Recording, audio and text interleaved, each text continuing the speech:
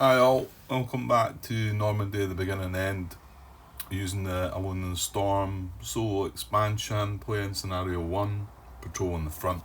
This is my part 17. So we're coming to the end of turn 4, isn't it? Yeah, just got this. Yeah, I've still not watched the video footage back regarding that attack where I made that little blunder about Mark, this is finished, thinking it was this, didn't I, or something like that.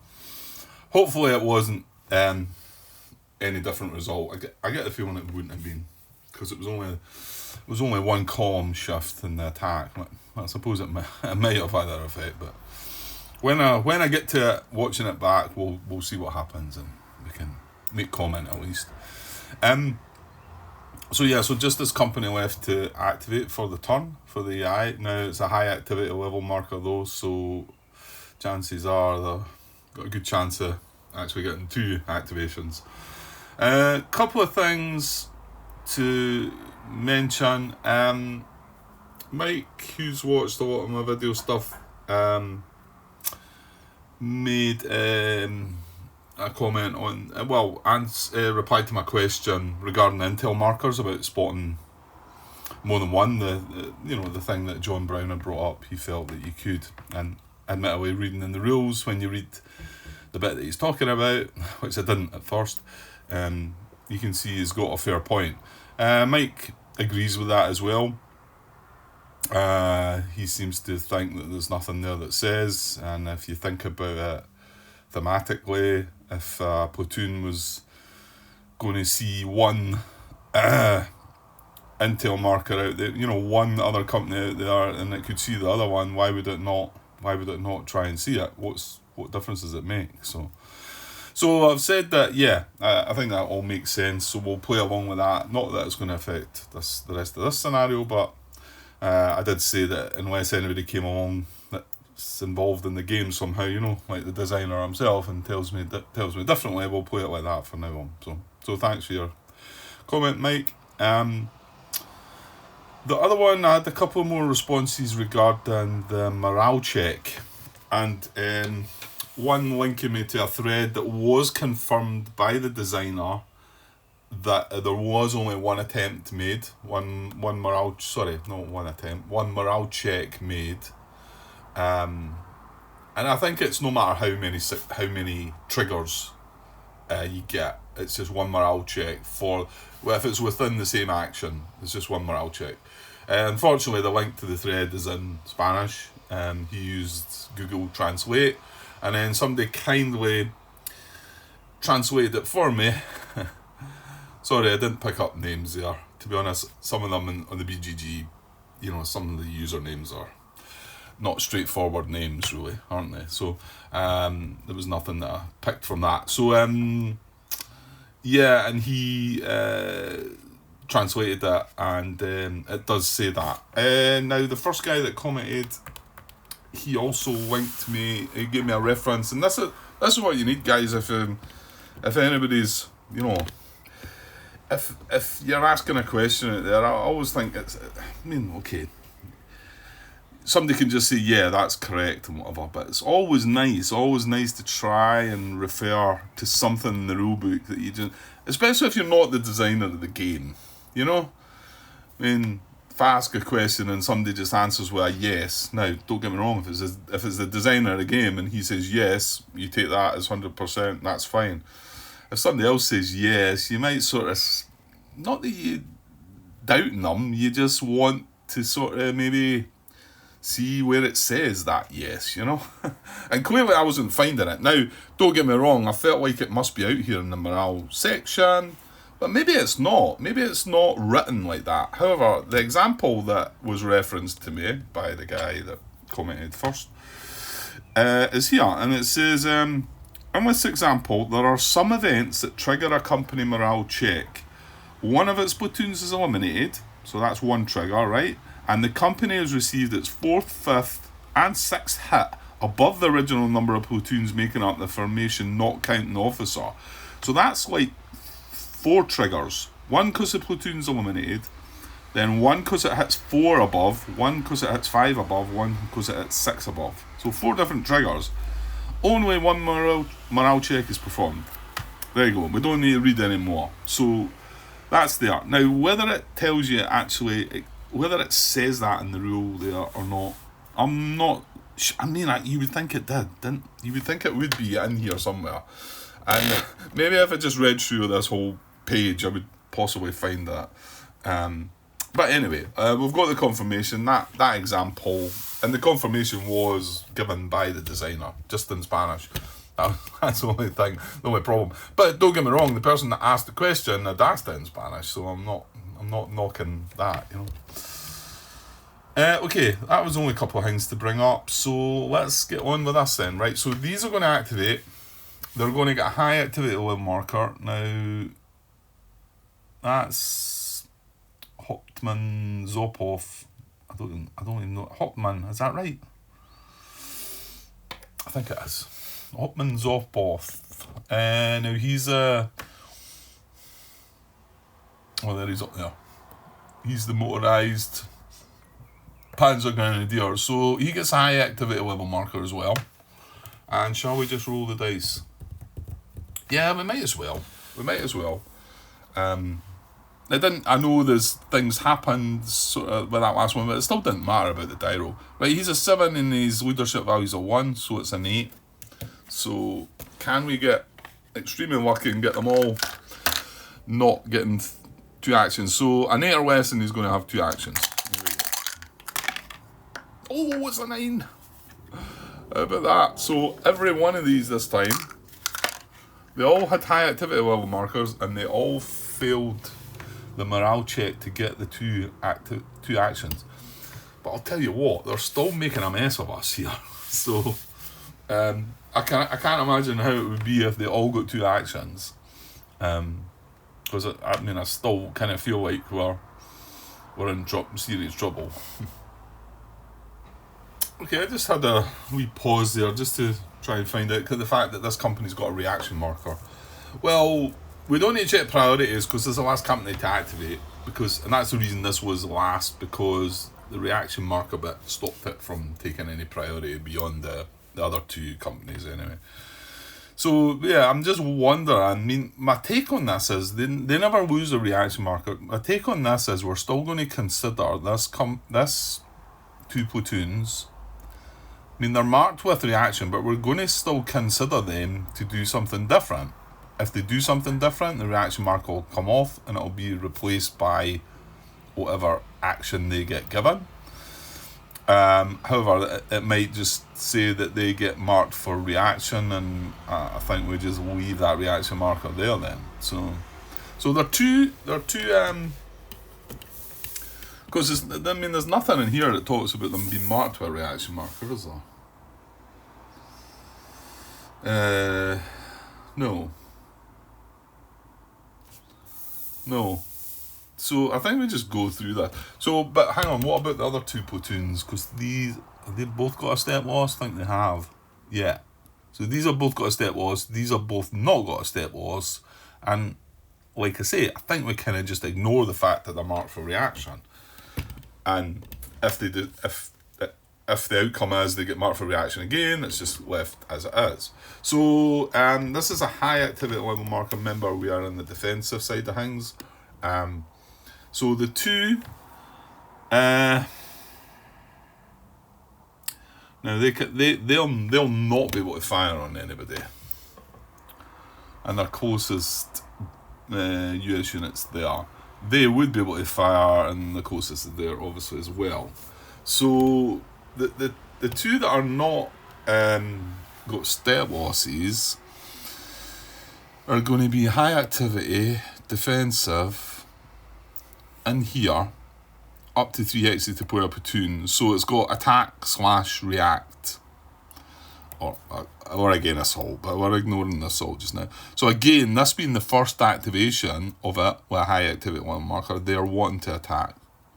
So they want to attack, and the other ones are going to be on this column because they've got step loss. They're exactly the same. They're going to attack as well. So looking at the flowchart now, the way. Looking at the flow chart. Well, I think the same thing's going to happen then, because they ended up being marked for reaction, which was this result here. So let's go through these again and see. Mind you, they are defensive this time. I don't know if that's going to matter though, because they want to attack. So they select their target to attack. Well, looking at this, it's the closest hex. It's occupied by player platoons that may be attacked with MFF. Yeah, I mean, it is the same. The target is going to be the same one. So both these targets is going to be this. And it's just one platoon in there with one step loss. But this one can't like fire on it. So when we've got our target, is the target to attack with MFF without movement? Well, that's no, because he can't attack from where he is. So that's no. Are they placed in the defensive terrain? Yes, they're in a field hex, so that is defensive. It's defensive value of 3. Do they have line of sight with other platoons and may not be attacked with MFF? They've no line of sight to their platoons. I'm assuming that means player platoons.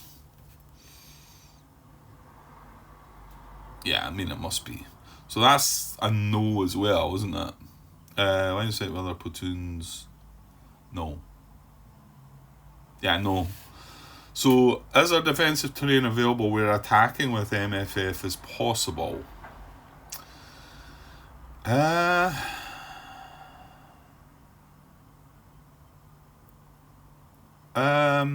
Well, the last time we answered no to this.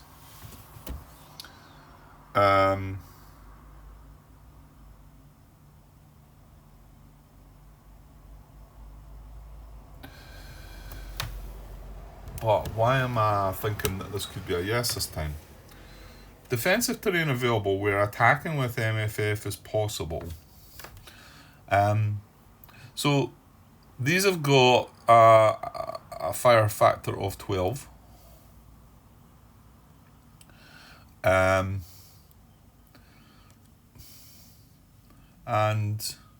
yeah, I mean, I'm just thinking here, can't they move to here? I want to say that the last time there wasn't safe movement to it, and that's why they ended up going to reaction, was it? So defensive terrain available where attacking with MFF is possible. Yes. Now some other problems here are this could be a possible hex to move to, couldn't it? Because this will not be, it's got 2 platoons in it. And it's got a 5 defensive value hex, and then it would be able to attack there. So in actual fact, that is a possible hex to move to, and so is that. Now hold on. If the 2 platoons are there, we can't move 2 platoons. So that's 6. You can only have 9 steps. There's 4 steps in there, so 6 into that 4 goes 10. That's not possible, and I'm assuming I think the same in here. 1 step loss. In fact, there's 5 steps in there. So we couldn't move both platoons into there. We couldn't move both platoons into there.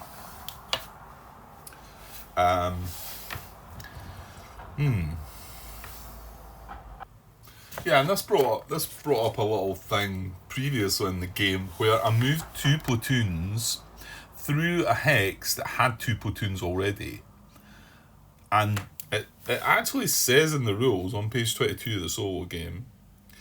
Additionally, there are some special rules that should be observed when moving AI forces. All counters stacked in the same hex with a movement order. Now, this isn't an actual movement order. It just says move to that hex. You know, if we find the hex that's got the defensive terrain that can attack this, it could be here. To be honest, it could be here, here, or here. Well, actually, could it be there? 1.5, 3. before they could actually move along to there.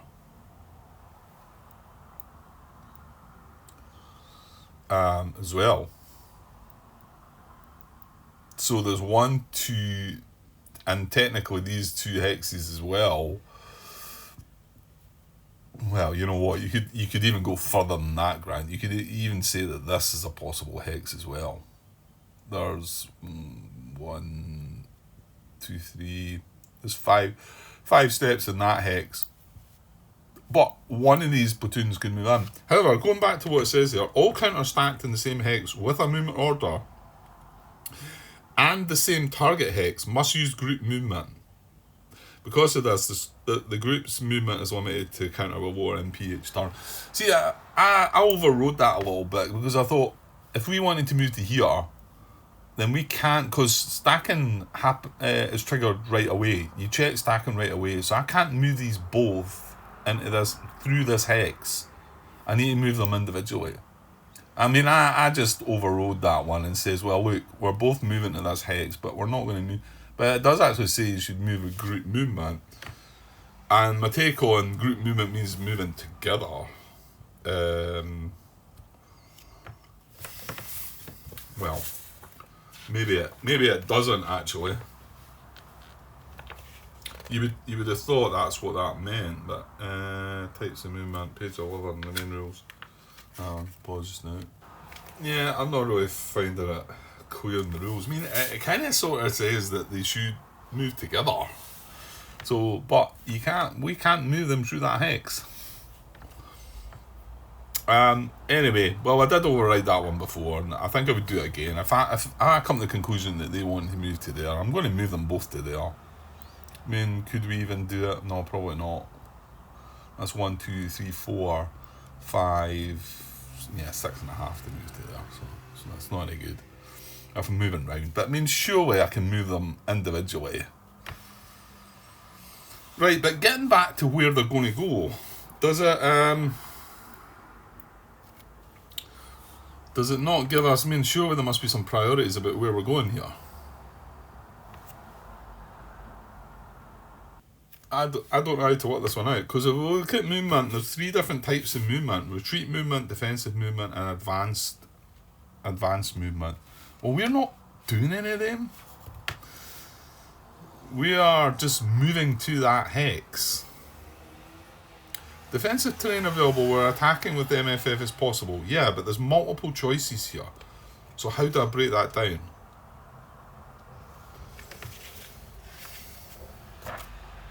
Defensive terrain.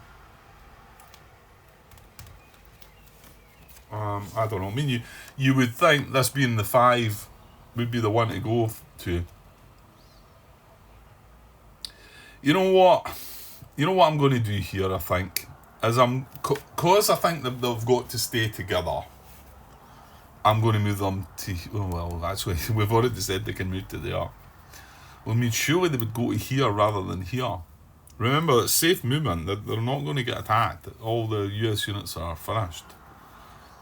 Now, hold on. There could be an issue with that because... No, he's got a... That's not right. That was that way around, Grant. He's got a command value of 2, so he's fine going there. He can still command that.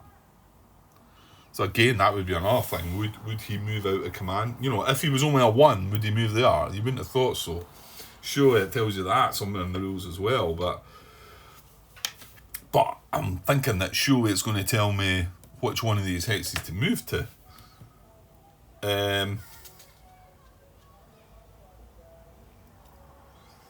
Well, see advanced movement here. It says after that, because it's just give it as an advance order, right?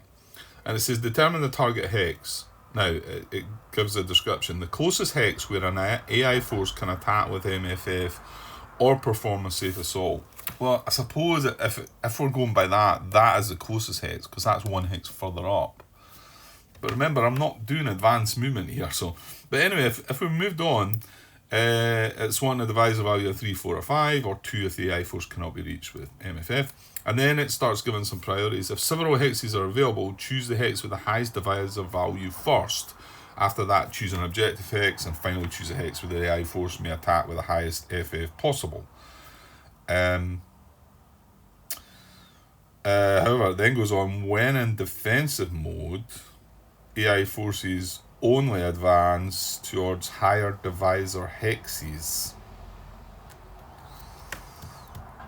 So he's going from a 3 to a 3 there. That's not higher, but that would be higher. But I'm not doing advanced movement. Could I class this as defensive movement? I mean, it's just moved to hex. It's not giving me a... What does defensive movement deal with?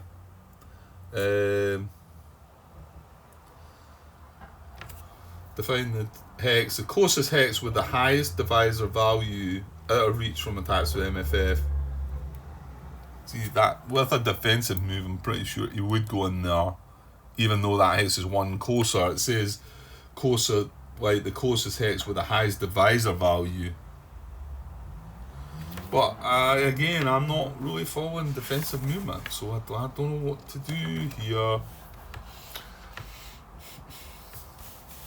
Surely, yeah, I mean, and this is coming from, the flowchart here. Defensive terrain available where attacking with MFF is possible. Yes, it's a yes, right? Is there safe movement available to it? Yes, move to that hex. Well, but which hex? This one or this one? I mean, let's rule out these other 3 that have got platoons in them. But, I mean, does it go to this one because it's closest? Or does it go to this one because it's the highest divisor value? There's nothing here telling me that. There's nothing giving me a priority. Usually it would tell you if there's more than 1 hex, wouldn't it? Okay, hang on. Well, I don't know. I've went and asked the question, but it's on the Alone in the Storm page, so whether we'll get anything from that or not. Well, I would like to try and finish this turn though. So, what should we go for here? It was interesting when it said, when it was talking about defensive movement, and how it said you would only move to a hex with higher... Where was that again? Defensive movement.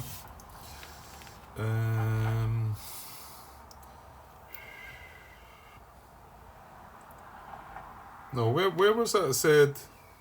That wasn't under defensive movement, actually.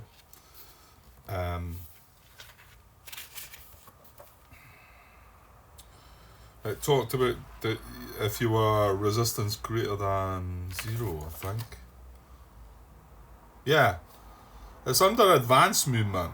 It says when in defensive mode, so your resistance is greater than 0, which our resistance is 6. When in defensive mode, AI forces only advance towards higher divisor hexes. But this is carrying out the action advanced movement. The action for defensive movement does not have that instruction in there, but wants to move to a higher defensive hex. It says defensive movement. The purpose of this movement order is to move AI forces into defensive terrain. But you see, that's not what we're doing. You know, we're not getting an order to do that. We're just getting an order that says move to that hex. Right, well, you know what? I'm just going to go to the nearest hex. I'm going to go to here. Because some of them are talking about that, but I mean, it could well be that they might want to go here. And I don't know, I can't see that. Now, is there anything... I wondered about if we were in defense. Hang on. No, actually, I'm not going to bother trying to find any of that because I don't think it's there. You know, I don't think there's anything there that's going to tell me. if I was in a rush, in an offensive stance, that certain things I would do. If I was in a defensive stance, there would be certain things I would do. I think that are these are, there's not a. It's all built within certain actions. Sort requirements, yeah, seeing that. And just under movement, it doesn't give me anything that gives me any priority option. It talks about what you need to do. You move, movement orders, movement target hex, the targeted hex that the AI force will move towards. But there's no priorities there. There's nothing I can see that gives me a priority. Okay, I've asked a question. Maybe somebody will come and answer it. I'm just going to move them into here. Okay, so they're getting a move to that hex order. It's not it's not an advanced movement, it's not a defensive movement. Now, they've got to move individually because they can't both move at the same time through that hex, so I'm going to allow that. I've done it before. Nobody said nothing. It could be that I'm breaking a rule there, it's possible. The officer's clearly going to go with them, and that's going to be them. And they're going to be marked finished because they're not getting a second activation. So let's go with that. And they are now in a hex that can attack with MFF on that. And that was their target because that was the closest US unit to them.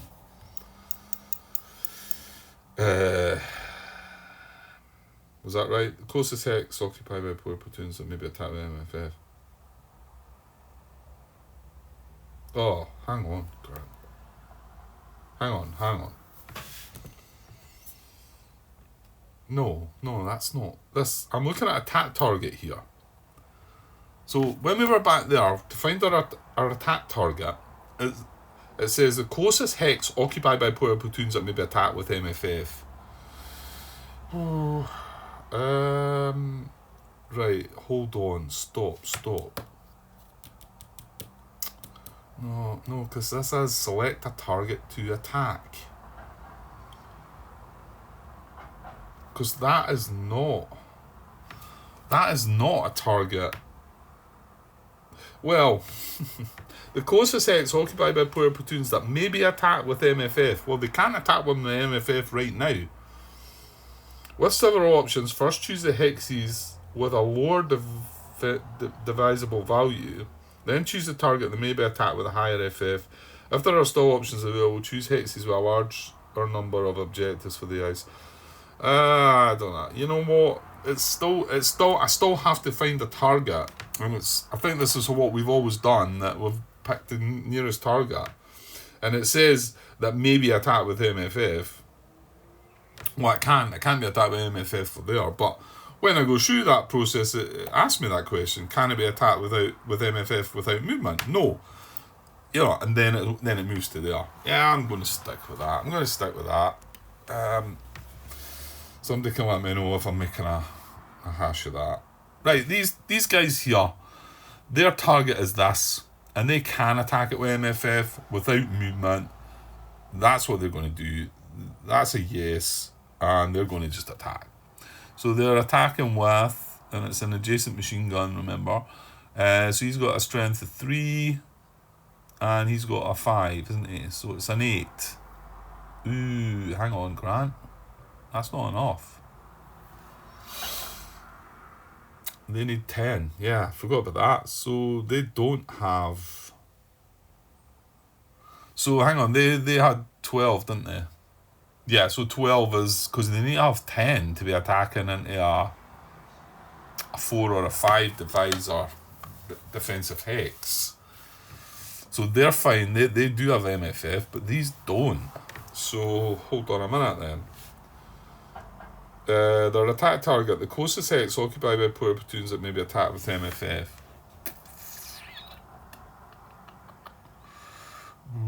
Well, they can't see anything else. Even before these guys moved there, they can't see along there. This is the only hex they've got line of sight on. So, does that mean they can't attack then? Well, the flowchart, I mean... attack target, the closest hex occupied by player platoons that may be attacked with MFF.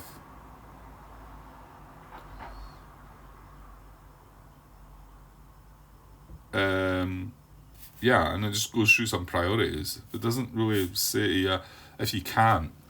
Well, let's cycle through this then and see. So select a target to attack. Well, target to attack with MFF without movement. No. Because it can't achieve the attack. Placed in defensive terrain, yes. Line of sight with other platoons and may not be attacked with MFF, no.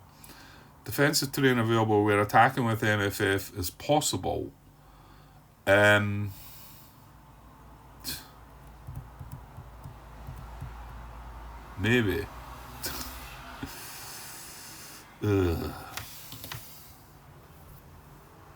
And the reason I'm saying maybe is because not on that target. On the target he is selected, he can't attack it. Doesn't matter where he is with MFF.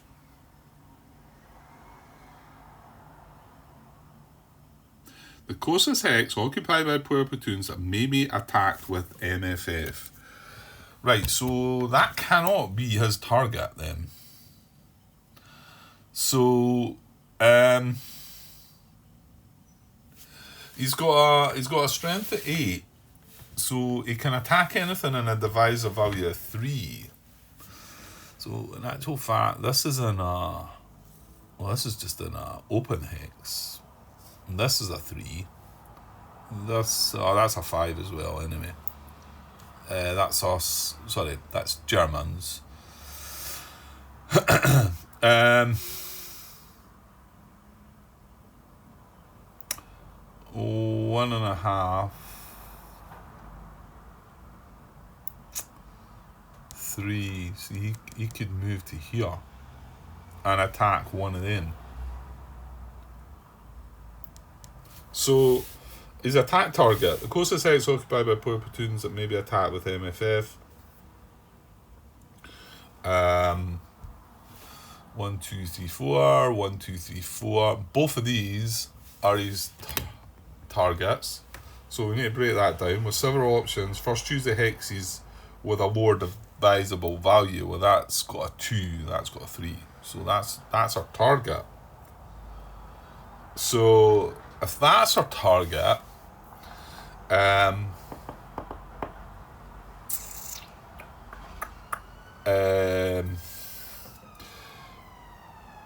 target to attack with MFF without movement, no. Placed in defensive terrain, yes. Excuse me. Placed in defensive terrain, yes. Line of sight with other platoons and may not be attacked with MFF, no. Defensive terrain available where attacking with MFF is possible, yes. Safe movement, yes. Move to that hex. So, well, actually.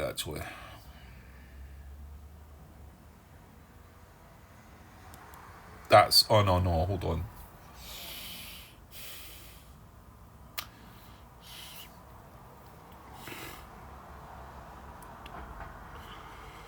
Choose the target that may be attacked.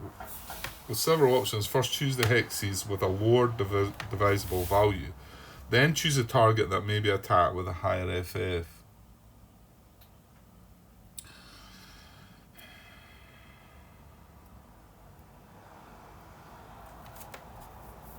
I guess I'm just thinking this is a higher divisible hex for him to move into.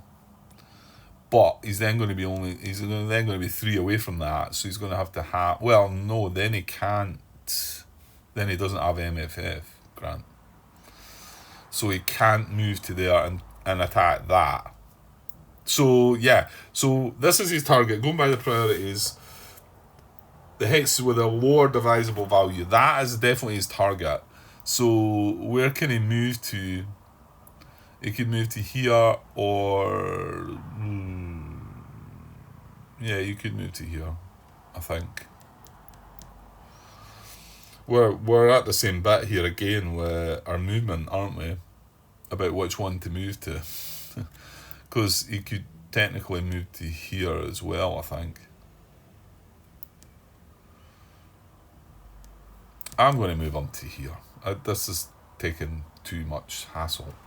So again, these would move individually. Well, you know what? If I'd moved these first, these wouldn't had that issue. But to be honest, I think that there's a way of dishing out the orders as well, isn't there? What's in that chart? Table C. Is it C? Yeah. And that was this. This is the priority in what we do it. So you would carry out AP attacks first, then risky actions, then armoured assaults, hand-to-hand assaults, retreat movement, defensive movement, advanced movement. So, you know what? What we're doing right now must go under one of these headings. But it doesn't say that on it. It just says move to that hex here. I mean, the order flow diagram doesn't give us any hints there either.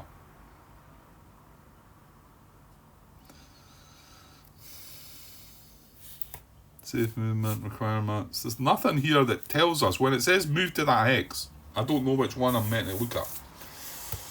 So, well, hopefully somebody will answer that one then, because that feels quite important.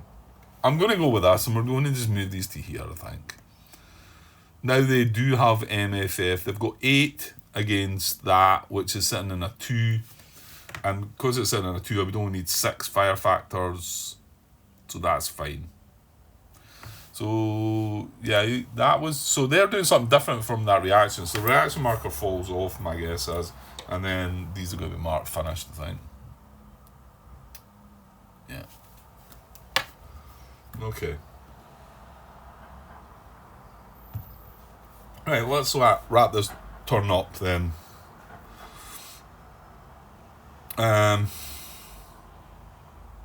Yeah, there's some bits there that I'm just not sure about. Really, I feel like I'm making some decisions for myself, but these should be clear in the rules, I think. Now, whether they are, if they're there, that's great. Please point me to them. Reference if you can. That's what I want. That's what I want to see. I want to see it written down. I can read, So if it's written down, yeah. I know sometimes I maybe skim by things and I don't read the whole paragraph, and then you think, well, can you read, Grant? Because you've not read it. Just keep reading.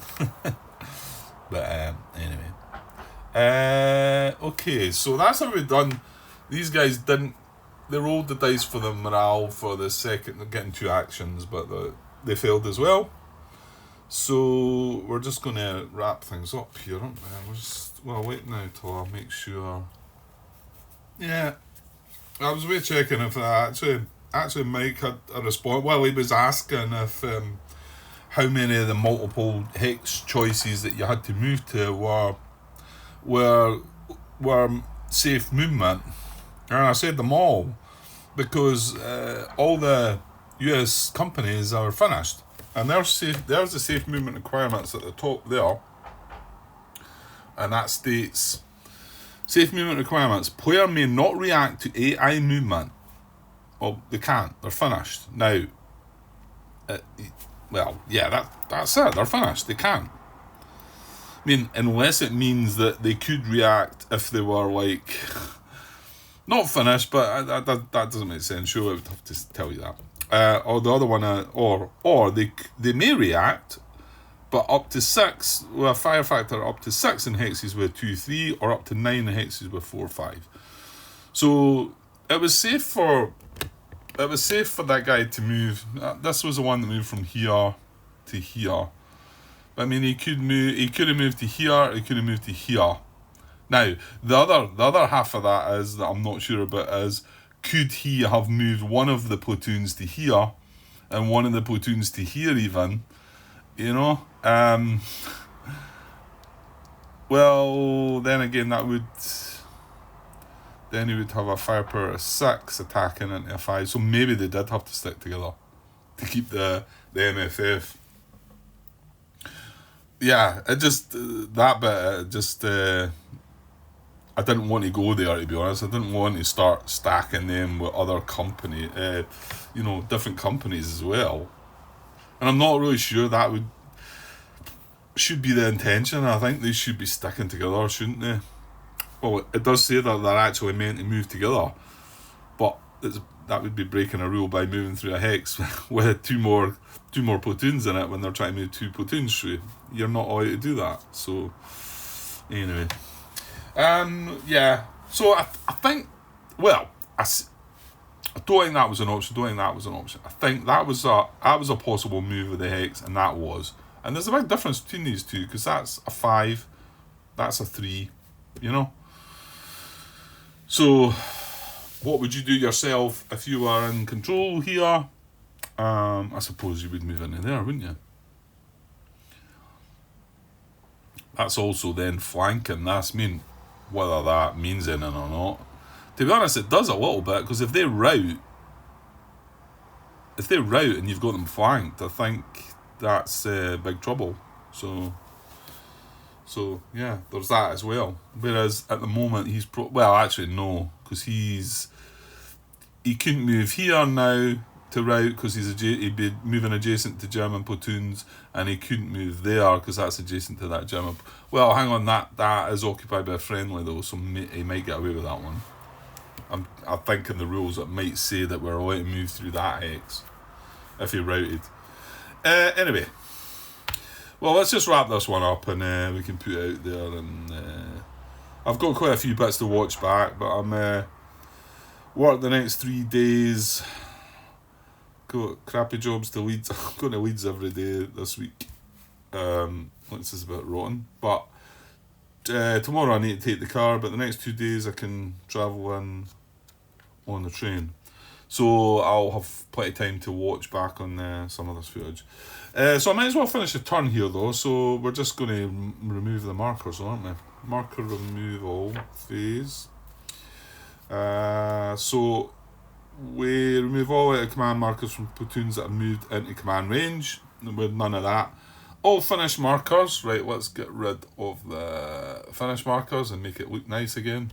There's finish markers removed. If desired, reaction markers from the player's side. Well, we didn't have any reaction markers, and if the AI had reaction markers, they would stay on. And then activity level markers, so we're going to move these 3 again, but I get the feeling that they're going to get 3 highs again, because I don't think we improved on anything there. Quite the opposite, probably. I mean, I know we maybe got a couple of step losses on them, so maybe, but yeah, no, I don't think so. And that's it, isn't it? So let's go and turn. I'm going to move that on to turn 5. So only 2 turns to go. Yeah.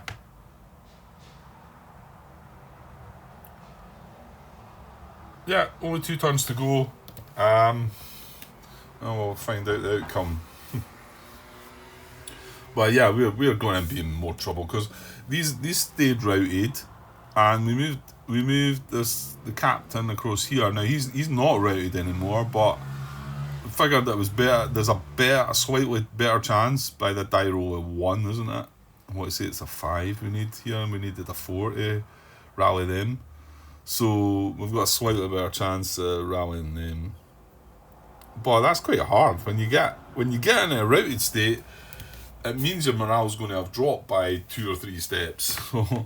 So it makes the die roll much harder, doesn't it? Okay, I think that's us. I'm just going to call that part then. 44 minutes. There's been quite a few short parts. Yeah, short parts, but still 44 minutes, and all we did was activate 1 company there, didn't we? So still kind of slow, really, isn't it? Okay.